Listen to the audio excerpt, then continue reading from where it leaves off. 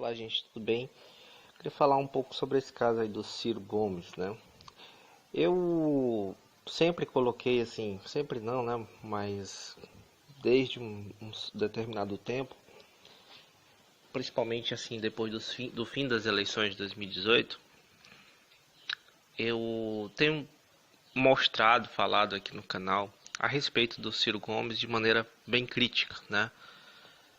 Para mim, o Ciro Gomes é um embuste da esquerda, né? Além do fato, claro, dele não ser de esquerda. Qualquer pessoa que realmente entenda minimamente de política vai saber que o Ciro Gomes não é de esquerda, né? Isso é básico. Mas pior do que isso, porque ele tenta ali pegar votos de pessoas dos desavisados, né? Que acham que ele é esquerda, né? E além disso, o Ciro tem feito uma série de ataques covardes em relação ao PT, né? Algumas pessoas falam, por exemplo, em crítica e tal. Ok, crítica todo mundo deve fazer sempre, em todo momento, né? Para fazer ajustes, para fazer mudanças. Mas o Ciro tem efetivamente atacado o PT. Não é criticado, é atacado. São duas coisas diferentes. Criticar faz parte da análise mesmo. De uma análise de uma coisa, acertou isso, errou isso e tal. Mas o Ciro tem feito um ataque muito covarde ao PT já há muito tempo, né? E tem utilizado isso como estratégia. E nessa última entrevista, né, sendo aí bem contraditório, como sempre, ele vai falar que o Lula não é um preso político. Não, o Lula foi preso por um juiz parcial, né, que tinha interesse em prendê-lo por razões políticas, mas Lula não é um preso político, né? Então, assim, isso é contraditório. A prisão do Lula, ela foi feita por razões políticas, para impedi-lo de se candidatar nas eleições, né? Então, como é que você diz que não foi uma prisão política? É ridículo ele fazer uma afirmativa desse tipo. Totalmente contraditória, totalmente sem sentido, né? Então, o Ciro, ele tem feito isso por um único propósito: tirar o PT da reta e tentar colocá-lo como candidato aí da esquerda, né? Ou seja, ele está colocando um interesse individual acima da verdade, acima da coerência, acima do país. Ele não está preocupado com o país porra nenhuma. Ele está preocupado unicamente com ele. E é engraçado, esse pessoal do Ciro ama criticar o Lula, ama criticar o PT, né? Mas esquece da história do Ciro, esquece das diversas parcerias que o Ciro fez durante a sua carreira política. O tanto de partidos aí ridículos que o Ciro passou. E se esquece também do que é o PDT hoje.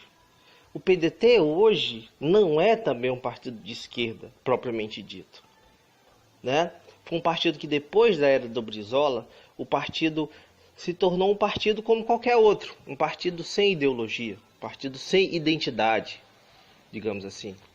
É claro que uma boa parte do partido se mantém, né, apoiando pautas que estão ali de acordo com aquilo que o partido diz, mas uma boa parte também não.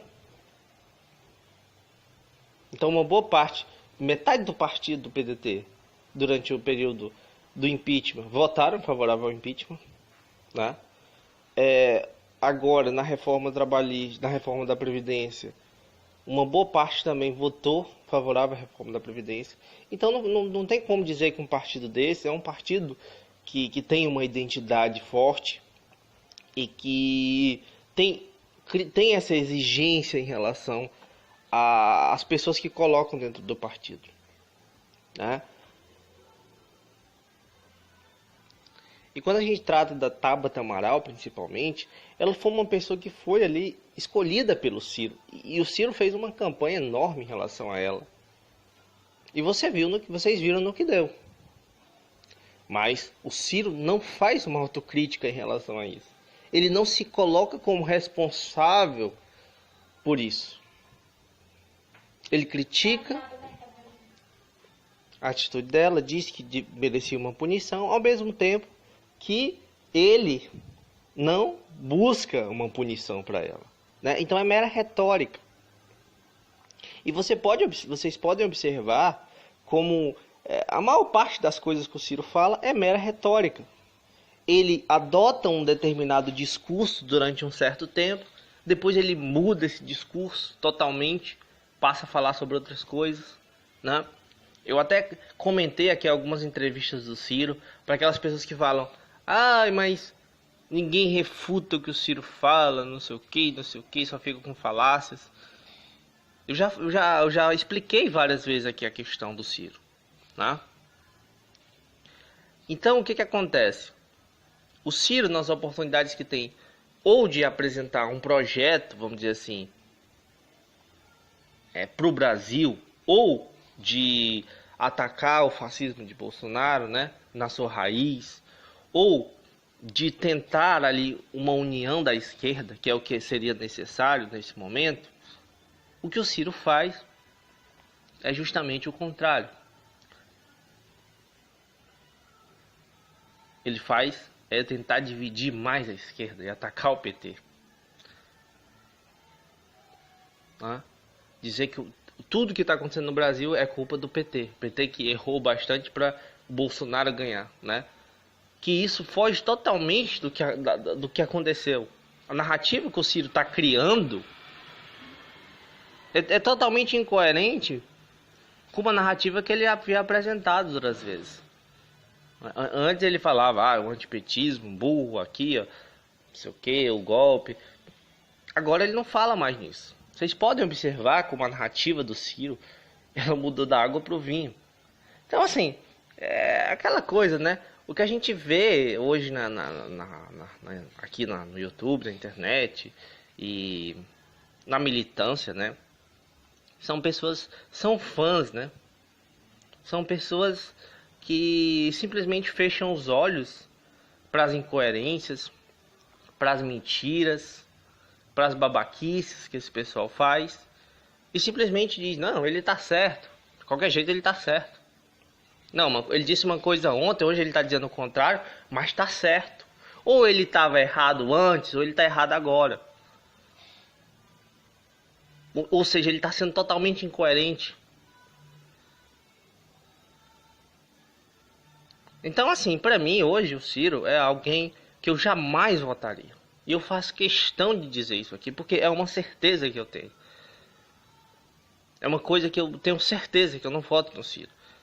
Sabe, sei lá, vamos pensar, posso votar no Flávio Dino, acho que é uma liderança aí da esquerda que tem apontando de forma coerente, de forma sincera e boa, alguém de união, alguém inteligente, né, preparado também, e que ao mesmo tempo não é uma pessoa incoerente, é uma pessoa que tem uma posição firme, a gente sabe o que ele é, ao contrário do Ciro.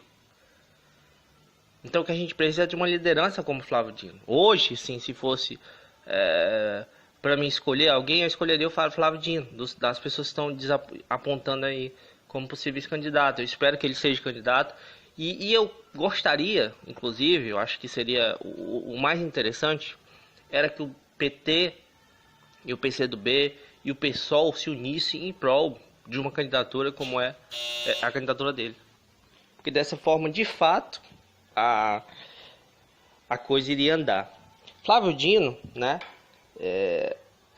com muita coragem, com muita competência, vem mostrando realmente o que é o que foi a Lava Jato e que a prisão do Lula é uma prisão política. Não é porque você vai disputar uma eleição, vamos supor que ele fosse disputar uma eleição contra o PT, no caso, por exemplo, a Manuela Dávila ou o Guilherme Boulos não disputaram também, né? Em determinado momento, depois a Manuela virou vice ali do Haddad, mas o Boulos, por exemplo, o Boulos fala claramente que a prisão de Lula é uma prisão política. Ele faz críticas ao PT, mas ele faz críticas fundadas, fundamentadas, sinceras, verdadeiras, de acordo com o seu posicionamento ideológico, que é mais radical, mais à esquerda do PT. Então é uma coerência, ele está sendo coerente. A questão aqui é de coerência que eu quero trazer. O Ciro não faz essa crítica ao PT. Em determinado momento ele fez. Mas por que ele mudou esse discurso? Em determinado momento ele fez essa crítica ao PT, dizendo que não, mas o problema é que o PT não fez reformas estruturais e tal, não sei o que, como se ele fosse um Boulos da vida, né? A gente sabe muito bem que o Ciro não é. E eu não sei se o Ciro faria essas reformas. Honestamente, eu não acredito, né? Mas eu sou uma pessoa que preza muito pela coerência e pela verdade. Então, para mim, a partir do momento que alguém começa a propositalmente, né, a dolosamente falar mentiras, falar inverdades, ser incoerente completamente, eu acho que é uma pessoa que não merece ter minha confiança e muito menos o meu apoio e o meu voto. Então eu deixo bem claro isso daqui, né? Em uma outra hipótese, em um outro momento em que o Ciro não apresentava ser isso tudo que ele é, sendo que eu já tinha muitas desconfianças em relação a ele, por toda a história, o passado político dele, mas naquele momento, né, seria algo, bom, sei lá, pelo menos nesse momento ele estava apresentando uma coisa, mas depois do que aconteceu ali na eleição, a partir do momento em que o Haddad apontou como o candidato que iria para o segundo turno contra o Bolsonaro, o Ciro simplesmente saiu do país. Não, eu não quero mais saber disso, não. Agora eu perdi e pronto, agora eu não tô nem aí para nada. Tô nem aí pro Brasil. Foi esse o recado implícito que o Ciro deu. Que não se importa com o país. Que não se importa se o fascismo vai reinar. Para ele, não importa. Tanto faz se for o PT ou se for o Bolsonaro. Por quê? Justamente porque o que importava para ele era vencer a eleição. Era ele vencer a eleição. É ele vencer a eleição. Então qualquer candidato que aponte aí como possível líder da esquerda, com certeza vai ter o ataque do Ciro. Porque a disputa em relação ao Ciro é simplesmente uma disputa de poder. Ele não está visando o melhor do país, o bem do país. Senão ele estaria se articulando para uma união da esquerda em prol de um projeto, independente de quem fosse o candidato, ou mesmo que se apresentasse diversas candidaturas, mas não seria o foco atacar a esquerda, e sim atacar o golpe de Estado, e sim atacar o golpe contra os direitos que a gente está sofrendo. Então, é muito triste essa atitude do Ciro, né? É muito triste, mesmo para ele, né? Até para ele eu acho ridículo. Então, assim, eu não tenho nenhum pudor em dizer que eu sou totalmente contra o Ciro hoje, né? Porque não adianta você apresentar um projeto bonitinho, bacana, legal, se você não pode confiar nessa pessoa. Se aquilo pode ser simplesmente uma mera retórica de alguém que quer ganhar uma eleição e não de alguém que quer realmente implantar aquilo. Então é isso, gente. Eu espero que vocês tenham entendido, porque eu já tô de saco cheio já de falar sobre o Ciro. Pra mim, eu nem falava mais desse cara. É algo que eu descarto totalmente. Espero que ele não tenha chance nenhuma nessas próximas eleições, justamente por conta dessas questões. Então espero que uma candidatura como Flávio Dino, por exemplo, que é uma candidatura realmente mais à esquerda, né? Diferente de outras candidaturas que tivemos aí, em candidatos que supostamente eram de esquerda, como o Ciro, e que na verdade estavam ali se atrelando ali mais com o campo da direita.